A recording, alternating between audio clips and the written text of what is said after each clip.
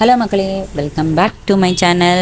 So இன்றைக்கி நம்ம இந்த வீடியோவில் என்னத்தை பற்றி பார்க்க போகிறோம் அப்படின்னா, இன்றைக்கி வந்து நம்ம கடனுதவி திட்டத்தை பற்றி தான் பார்க்க போகிறோம். அதுவும் 10 லட்ச ரூபாய் நம்ம மகளிருக்காக வேலை பார்க்குறதுக்காக நமக்கு வந்து இது கடனாக கொடுக்குறாங்க. ஒரு 10 லட்ச ரூபாயை அதை வந்து மானியத்தோடு நம்ம கட்டுறது மாதிரி இருக்கும். இது எப்படி அப்ளை பண்ணலாம் அப்படிங்கிறத பற்றி தான் இன்றைக்கி பார்க்க போகிறோம். உங்களுக்கு இந்த மாதிரி பயனுள்ள தகவல் எல்லாமே உங்களுக்கு டெய்லி அப்டேட்டில் இருக்கணும் அப்படின்னா மறக்காம நம்ம சேனலை ஒரு சப்ஸ்கிரைப் மட்டும் பண்ணிடுங்க. ஸோ வாங்க வீடியோக்குள்ளே போயிடலாம். இப்போ வாங்க வீடியோக்குள்ளே போகலாம்.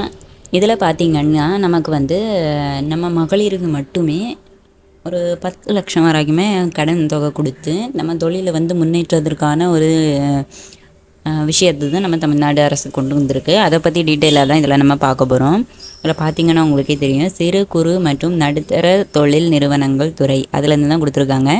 இது வந்து தமிழில் இருக்குது. உங்களுக்கு வேணும்னா நீங்கள் இங்கிலீஷில் மாற்றிக்கலாம், இல்லைனா தமிழ்லேயே இருக்கட்டும் அப்படின்னா ஓகே, தமிழ்லேயே வச்சுக்கோங்க. அதில் வந்து நம்ம பார்க்க போகிறது என்னென்னா, இந்த திட்டத்தை பற்றி தான், அந்த கலைஞர் கைவினை திட்டம் அண்ட் தமிழ்நாடு மகளிர் தொழில் முனைவோர் மேம்பாட்டு திட்டம். இதை கிளிக் பண்ணிக்கோங்க. இப்போ பார்த்திங்கன்னா இது இப்படி தான் இருக்கும். இது டேஷ்போர்டு, அதாவது எத்தனை அப்ளிகேஷன் ரிசீவ் ஆகியிருக்கு அண்ட் எத்தனை இது வந்து ரெக்கமெண்ட் பண்ணியிருக்காங்க, அதாவது சேங்ஷன் பண்ணுறதுக்கு பேங்க்கில் எத்தனை சேங்ஷன் ஆகியிருக்கு அண்ட் இடிஐ எத்தனை கம்ப்ளீட் பண்ணியிருக்காங்க, லோன் எத்தனை பேருக்கு கொடுத்துருக்காங்க, அதே மாதிரி எத்தனை பேருக்கு அது போய் சேர்ந்துருக்கு அப்படிங்கிற மாதிரி தான் கொடுத்துருக்காங்க. இதை வந்து உங்களுக்கு தமிழில் வேணும் அப்படின்னா நீங்கள் தமிழில் மாற்றிக்கலாம். இதில் பார்த்திங்கன்னா தெரியும். அடுத்து வந்து நம்ம தகவல் பலகையில் என்ன கொடுத்துருக்காங்கன்னா இதுதான். இதை வந்து டீட்டெயிலாக கொடுத்துருக்காங்க பாருங்கள், தமிழில் மாற்றின பிறகு. இப்போ திட்டத்தை பற்றி நம்ம விரிவாக பார்க்கலாம். இதில் பார்த்திங்கன்னா இது பேர் வந்து ட்ரீஸ் திட்ட விவரம். இதில் என்னெல்லாம் கொடுத்துருக்காங்கன்னு டீட்டெயில்ஸை நம்ம படித்து பார்த்து தெரிஞ்சுக்கலாம். இதில் பார்த்திங்கன்னா பெண்கள் 3ஆம் பாலினத்தவர்கள் தொழில் முனைவோர்களுக்கான திட்டம், குறிப்பாக பொருளாதார மற்றும் சமூக ரீதியான பின்தங்கிய பின்னணியிலிருந்து வருபவர்களுக்கு அப்படின்னு கொடுத்துருக்காங்க. அதுக்கப்புறம் வந்து வயது எத்தனை இருக்கணும் அப்படின்னா 18லேருந்து ஒரு 55 ஆண்டுகள் வரை இருக்க வேண்டும் அப்படின்னு கொடுத்துருக்காங்க. கல்வி தகுதி நமக்கு தேவை கிடையாது. அண்ட் உற்பத்தி வர்த்தகம் சேவை திட்டங்களுக்கு அதிகபட்ச திட்ட மதிப்பு 10 லட்சம் வரைக்கும் நமக்கு கிடைக்கும் அப்படின்னு கொடுத்துருக்காங்க. அனைத்து பிரிவுகளிலும் தொழில் நிறுவனத்தின் பங்களிப்பு திட்ட மதிப்பில் 5%, எல்லா கேட்டகரிஸுமே 5% வந்து நமக்கு தொழில் நிறுவனத்தில் வந்து கொடுக்குறாங்க அப்படின்னு. இது வந்து தனிநபர் மானியம் திட்ட மதிப்பில் 25% கட்டினா அதிகபட்சம் ஒரு 2 லட்சம் வந்து கம்மி பண்ணி கொடுப்பாங்க நமக்கு. அதுக்கப்புறம் வந்து இது வந்து தமிழ்நாட்டில் இருக்கிறவங்க அவங்க தான் அப்ளை பண்ண முடியும். அண்ட் வருமானம் வந்து எதுவுமே கிடையாது, அதாவது உச்சவரம்பு எதுவுமே அவங்க வந்து பவுண்ட்ரி எதுவுமே செட் பண்ணலை. நீங்கள் எவ்வளோ இருந்தாலும் ஓகே அப்படிங்கிற மாதிரி தான் சொல்லியிருக்காங்க. இதில் வந்து தொழிலின் விரிவாக்கத்திற்கான கடன் பெற விரும்பும் கேகேடி மகளிர் பயனாளிகள் இந்த திட்டத்தின் கீழ் கூடுதல் கடனை பெறலாம். கூடுதல் வந்து எக்ஸ்ட்ரா வாங்கிக்கலாம் அப்படிங்கிற மாதிரி தான் கொடுத்துருக்காங்க. இது இவ்வளோ தான் நம்ம திட்டத்தை பற்றி கொடுத்துருக்குது. இதில் அடுத்து என்னெல்லாம் கொடுத்துருக்காங்க அப்படின்னா, அரசாணைகள் என்றைக்கு வெளியிட்டாங்க, விளக்க வரைபடம் இன்றைக்கி எப்படி கொடுத்துருக்காங்க அப்படிங்கிறதெல்லாம் கொடுத்துருக்காங்க. அங்கே படம் வரைகிறது, விளக்க வரைபடத்தை ஒரு தடவை பார்த்துட்டு வந்துடலாம். இதில் எப்படின்னா ப்ராசஸ் எப்படின்னா, ஃபஸ்ட்டு வந்து அப்ளிகேஷன் ஃபில் பண்ணுறது, விண்ணப்பத்தை நிரப்புதல், அடுத்து வந்து ஆன்லைனில் விண்ணப்பத்தை சமர்ப்பித்து தகுதி சரிபார்த்தல், உங்களுக்கு கொடுக்கலாமா அப்படிங்கிறத அவங்க வந்து சரிபார்ப்பாங்க. அதுக்கப்புறம் வந்து நேர்முக தேர்வில் பங்கேற்க அழைப்பு கடிதம் பெறுதல், அதாவது ஒரு லெட்டர் அனுப்புவாங்க. அதே மாதிரி நம்மளும் அதில் போய் பங்கேற்கணும், நேர்முக தேர்வு அதாவது இன்டர்வியூவில். அதில் வந்து கடன் விண்ணப்பத்தை வங்கிக்கு பரிந்துரைப்பாங்க. அப்படி நீங்கள் போய் அட்டன் பண்ணியிருந்தீங்க அப்படின்னா அங்கே வந்து ட்ரைனிங்கெல்லாம் இது பண்ணும்போது நம்ம வந்து பேங்குக்கு வந்து அப்ரோச் பண்ணுவாங்க, ஓகே உங்களுக்கு லோன் கொடுக்கலாம் அப்படிங்கிற மாதிரி. இதுக்கப்புறம் என்னென்னு பார்த்தீங்கன்னா, வங்கி வந்து ஒப்புதல் வழங்குதல், வங்கி வந்து ஓகே அவங்களுக்கு கொடுக்கலாம் அப்படிங்கிற மாதிரி சொல்லலாம். அதுக்கப்புறம் வந்து நமக்கு வந்து ட்ரைனிங் கொடுப்பாங்க. ட்ரைனிங் கொடுத்துட்டு அதுக்கப்புறம் நம்ம அதில் வந்து சான்றிதழ் பெற்றுட்டு வெளியே வந்துடலாம். அதுக்கப்புறம் இந்த சான்றிதழ், அதுக்கப்புறம் தேவையான ஆவணங்கள் இதெல்லாம் கொடுத்து நம்ம வந்து வங்கியில் கடன் பெற்றுக்கொள்ளலாம். இதை வந்து மானியத்தை மாவட்ட தொழில் மையம் வழங்கும். அதனால் அங்கே போய் வந்து நம்ம செக் பண்ணி வாங்கிக்கலாம். இப்போ பார்த்திங்கன்னா அடுத்து வந்து நமக்கு என்ன கொடுத்துருக்காங்க அப்படின்னா, வழிகாட்டுதல், தகுதியை உறுதி செய்ய என்னென்ன வழிகாட்டுதல் கொடுத்துருக்காங்க அப்படின்னு பார்க்கலாம். இதில் பார்த்திங்கன்னா பெண்கள், அதில் மாதிரி தான் பெண்கள் 3ஆம் பாலினத்தவர்கள் தொழில் முனைவோருக்கானது, வயது எவ்வளோன்னு கொடுத்துருக்காங்க. குடும்ப ரேஷன் கார்டு கொண்ட தமிழ்நாட்டை சேர்ந்தவராக, ரேஷன் கார்டு இருக்கணும், தமிழ்நாட்டில் சேர்ந்தவராக இருக்கணும் அப்படின்னு கொடுத்துருக்காங்க. கல்வி தேவையில்லை, வருமானம் தேவையில்லை, அதிகபட்ச செலவு எவ்வளோன்னா 10 லட்சம் வரைக்கும் கடன் கொடுக்குறாங்க அப்படின்னு. 25% வந்து மூலதன மானியம், அதிகபட்சம் வந்து 2 லட்சத்தை மிஞ்சக்கூடாது அப்படின்னு கொடுத்துருக்காங்க. வட்டி மானியம் வந்து பொருந்தாது, வட்டி கிடையாது. அண்டு குறைந்தபட்ச நிறுவனங்களின் பங்களிப்பு திட்ட மதிப்பில் 5% கொடுக்குறாங்க. அடுத்து வந்து முன்னுரிமை யாருக்கெல்லாம் அப்படின்னு கொடுத்துருக்காங்கன்னா, பட்டியலினத்தவர், பழங்குடியினர், எஸ்சி எஸ்டி அந்த மாதிரி உள்ளவங்களுக்கும், மூன்றாம் பாலினத்தவர்கள், மாற்றுத்திறனாளிகள், மிதவைகள், ஆதரவற்ற மிதவைகள் மற்றும் வறுமை கோட்டுக்கு கீழ் உள்ளவங்களுக்கு நம்ம அப்ளை பண்ணிக்கலாம் அப்படின்னு கொடுத்துருக்காங்க. இது வந்து ஒவ்வொரு ஃபேமிலிலையுமே ஒருத்தர் மட்டும்தான் நம்ம அப்ளை பண்ணுறது மாதிரி இருக்கும். அதனால் வந்து பார்த்துக்கோங்க. இது எல்லாத்தையும் கொஞ்சம் ரீட் பண்ணி பார்த்துட்டு அதுக்கப்புறம் நீங்கள் அப்ளை பண்ணலாம். அடுத்து என்னென்ன மாதிரி கொஸ்டின்ஸ் எல்லாம் நீங்கள் உங்கள் மனசில் இருக்கும்ல, அந்த மாதிரி சில கொஸ்டின்ஸ் பற்றி கொடுத்துருக்காங்க. இதுக்கு கீழே யாரெல்லாம் இது பண்ணலாம், அப்ளை பண்ணிக்கலாம், அதுக்கு யாருக்கெல்லாம் தகுதி இருக்குது அந்த மாதிரி. இந்த திட்டம் வந்து பெண்கள், திருநங்கைகள் யார் வேணாலும் அப்ளை பண்ணிக்கலாம். அது வந்து 18 வயசுலேருந்து 35 வயசுக்குள்ளே, 55 வயசுக்குள்ளே இருக்கணும் அப்படிங்கிற மாதிரி. அது மாதிரி கல்வி தேவைப்படாது, வருமானமும் தேவைப்படாது. அது வந்து தமிழ்நாட்டை சார்ந்தவங்களாக இருக்கணும் அப்படிங்கிற மாதிரி தான் கொடுத்துருக்காங்க. அவ்வளோதான் இதுலேயும் கொடுத்துருக்காங்க. இது வந்து என்னென்ன செலவினங்கள் அடங்கும் அப்படின்னு பார்த்தீங்கன்னா, திட்ட செலவில் மூலதன செலவு மற்றும் பணி மூலதனம் இரண்டும் அடங்கும். திட்டங்கள் பணி மூலதனத்தை மட்டுமே கொண்டு படாது அப்படின்னு கொடுத்துருக்காங்க. அதாவது பணி மூலதனத்தை வச்சு மட்டுமே அந்த திட்டங்கள் வந்து நமக்கு பரிசீலிக்க மாட்டாங்க அப்படின்னு கொடுத்துருக்காங்க. இது வந்து தொழில் முனைவோர் மேம்பாட்டு பயிற்சி கட்டாயமா அப்படின்னா கண்டிப்பாக கட்டாயம்தான். இணை பாதுகாப்பு கட்டாயமா அப்படின்னா எந்த பிணையும் தேவையில்லைன்னு கொடுத்துருக்காங்க. ஸோ நமக்கு எதுவும் தேவையில்லை. அதுக்கப்புறம் என்ன கேட்டிருக்காங்க, ஏற்கனவே உள்ள நிறுவனத்திற்கு ட்வீஸின் கீழ் கடன் பெற முடியுமா? இதில் வந்து புதுசாக கட்டுறது மட்டும்தான். அதாவது கலைஞர் கைவித்திர பணியாளர்களுக்கு விதிவிலக்கு. ஒன்லி புதுசாட்டு இது பண்ணுறவங்களுக்கு மட்டும்தான் இது பண்ணுறது, லோன் எடுக்க முடியும் அப்படிங்கிற மாதிரி கொடுத்துருக்காங்க. இதுக்கு என்னெல்லாம் தேவை அப்படின்னா, Aadhaar card, ration card, project report, community certificate, transfer certificate, இல்லைனா எஸ்எஸ்எல்சி, ஹெச்எஸ்சி அந்த மாதிரி சர்டிஃபிகேட் ஏதாவது இருந்துச்சுன்னா, அதுக்கப்புறம் வந்து என்னது இடமாற்று சான்றிதழ், nativity certificate, quotation with GST number of the vendor, அதில் ஜிஎஸ்டி நீங்கள் அப்ளை பண்ணியிருந்தீங்கன்னா ஓகே. அதுக்கப்புறம் கலர் பாஸ்போர்ட் ஃபோட்டோ, அதுக்கப்புறம் பேங்க் பாஸ்புக்கு, மாற்றுத்திறனாளியாக இருந்தீங்கன்னா அதுக்குள்ளது, மூன்றாம் திறன் மாநிலத்தவர் அப்படின்னா அதுக்குள்ளது. ஸோ அதெல்லாம் கொடுத்துக்கோங்க.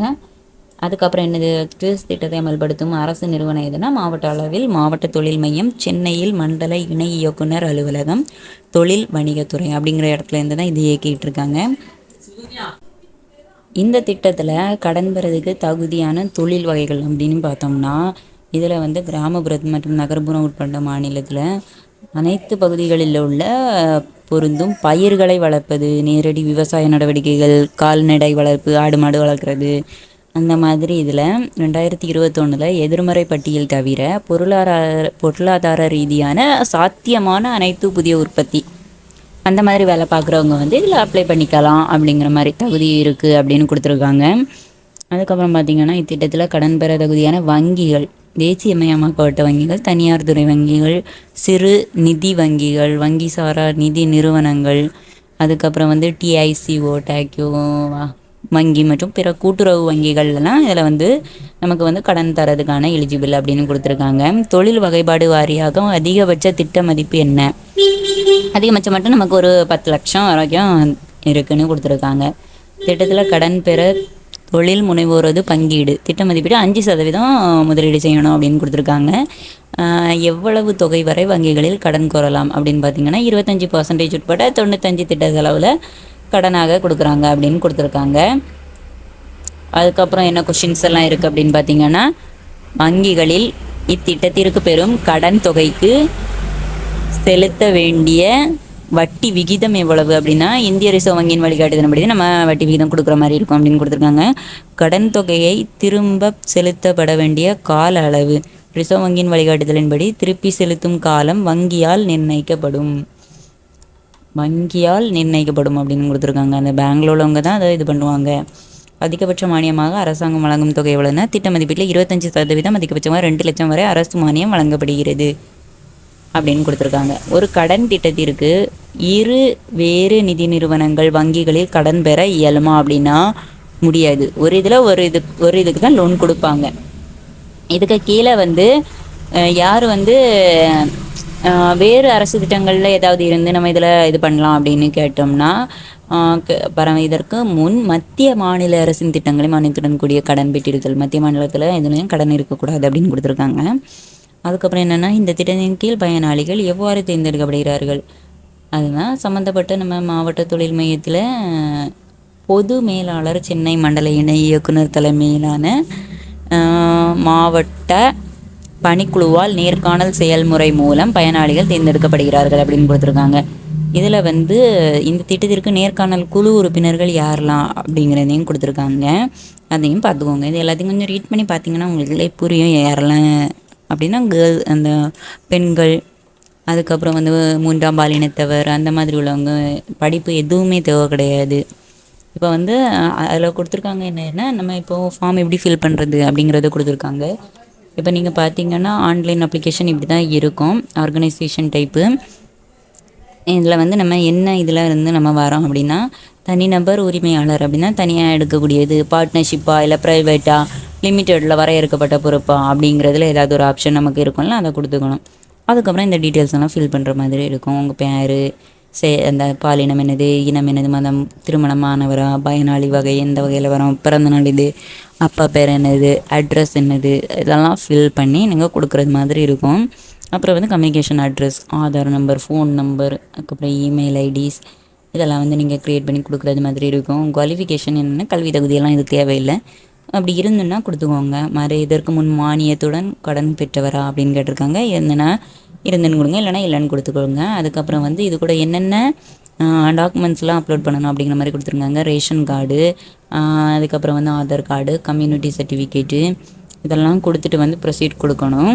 இதெல்லாம் கொடுத்துட்டு வந்து நீங்கள் ஒவ்வொன்றா ஃபில் பண்ணி முடிக்க டோர் நம்பர் இதெல்லாம் அட்ரஸில் உள்ளது தான், எல்லாமே அட்ரஸில் உள்ளது தான் கேட்டிருப்பாங்க.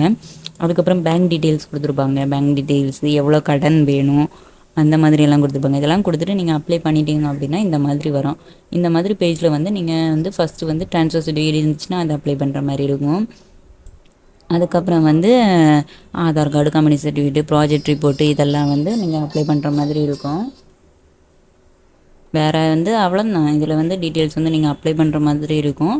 அதை வந்து நீங்கள் அப்ளை பண்ணி கொடுத்துட்டிங்கன்னா போதும். நமக்கு வந்து பேஜஸ் வந்து இப்போ பார்த்திங்கன்னா இது இவ்வளோ நமக்கு காலியாக பேஜ் இருக்கா. இப்போ வந்து இதை ஃபில் பண்ணி கொடுத்துருக்காங்க, அதையும் நம்ம பார்த்துடலாம். இப்போ பார்த்திங்கன்னா இதுதான் அந்த பேஜஸ். இப்போ பாருங்கன்னா இதில் எல்லா பேர் என்னது, திருமணமானவரா திருமணமாகலையா அப்படிங்கிற மாதிரியெல்லாம் கொடுத்துருக்காங்க. அதெல்லாம் பார்த்து டீட்டெயிலாக நீங்கள் வந்து படித்து பார்த்துக்கோங்க. இதில் வந்து ஃபோட்டோ பதிவேற்றம் பண்ணணும் அப்படின்னு கொடுத்துருக்காங்க. அதுக்கப்புறம் வந்து பார்த்திங்கன்னா ஆதார் கார்டு நம்பர் கொடுத்துருப்பாங்க. அந்த ஆதார் கார்டு நம்பர் எல்லாத்தையும் ஃபில் பண்ணிவிட்டு நீங்கள் வந்து ஃபோன் நம்பர் எல்லாம் ஃபில் பண்ணிவிட்டு இதில் கடன் பெற்றவரா அப்படின்னா இல்லைன்னு கொடுத்துட்டு, திறன் பயிற்சி வேணும்னா கொடுங்க எஸ்ன்னு இதெல்லாம் கொடுத்துட்டு எடுத்துகிட்டு நீங்கள் வந்து டாக்குமெண்ட்ஸ் வந்து அப்லோட் பண்ணுற மாதிரி இருக்கும். மேனுஃபேக்சரிங் இது வந்து நீங்கள் என்ன தொழில் தொடங்கணும்னு நினைக்கிறீங்களோ அதெல்லாம் போட்டுட்டு எடுத்துகிட்டு நீங்கள் வந்து டீட்டெயில்ஸ் ஃபில் பண்ணி எந்திர இதுக்கெல்லாம் என்னென்ன ரூபா ஆகும், எவ்வளோ ஆகும், உங்களுக்கு எவ்வளோ தேவைப்படும் அப்படிங்கிற மாதிரி கொடுத்துருவாங்க. உங்களுக்கு எவ்வளோ தேவைப்படுமோ அந்த மாதிரி கொடுத்துட்டு பேங்க் பேர், அதுக்கூட அட்ரஸ்ஸு எல்லாம் கொடுத்துட்டு நீங்கள் ப்ரொசீட் பண்ணால் போதும். உங்களுக்கு இப்படி சக்ஸஸ்னு ஒரு நம்பர் ரெஃபரன்ஸ் ஐடி வந்துடும். அந்த ரெஃபரன்ஸ் ஐடியை நீங்கள் வச்சுக்கோங்க. அதுக்கப்புறம் வந்து நமக்கு இது ஃபில் பண்ணுன அந்த டீட்டெயில்ஸில் உள்ள ஃபார்ம் எல்லாம் நமக்கு வந்து சப்மிட் பண்ணுற மாதிரி இருக்கும். ஆதார் கார்டு, கம்யூனிட்டி, அப்புறம் ப்ராஜெக்ட் ரிப்போர்ட் இதெல்லாம் சப்மிட் பண்ணிவிட்டு நமக்கு வந்து இதில் ஒரு டிக் பண்ணிவிட்டு நீங்கள் வந்து சப்மிட் கொடுக்குற மாதிரி இருக்கும். இந்த அப்ளிகேஷன் அவ்வளோதான். அண்ட் இன்றைக்கி வந்த வீடியோவை நமக்கு அவ்வளோதான். ஸோ உங்களுக்கு யாருக்காவது இந்த மாதிரி அப்டேட்ஸ் கிடச்சிட்டே இருக்கணும் அப்படின்னா இந்த வீடியோவை மறக்காமல் சப்ஸ்கிரைப் பண்ணி வச்சுக்கோங்க.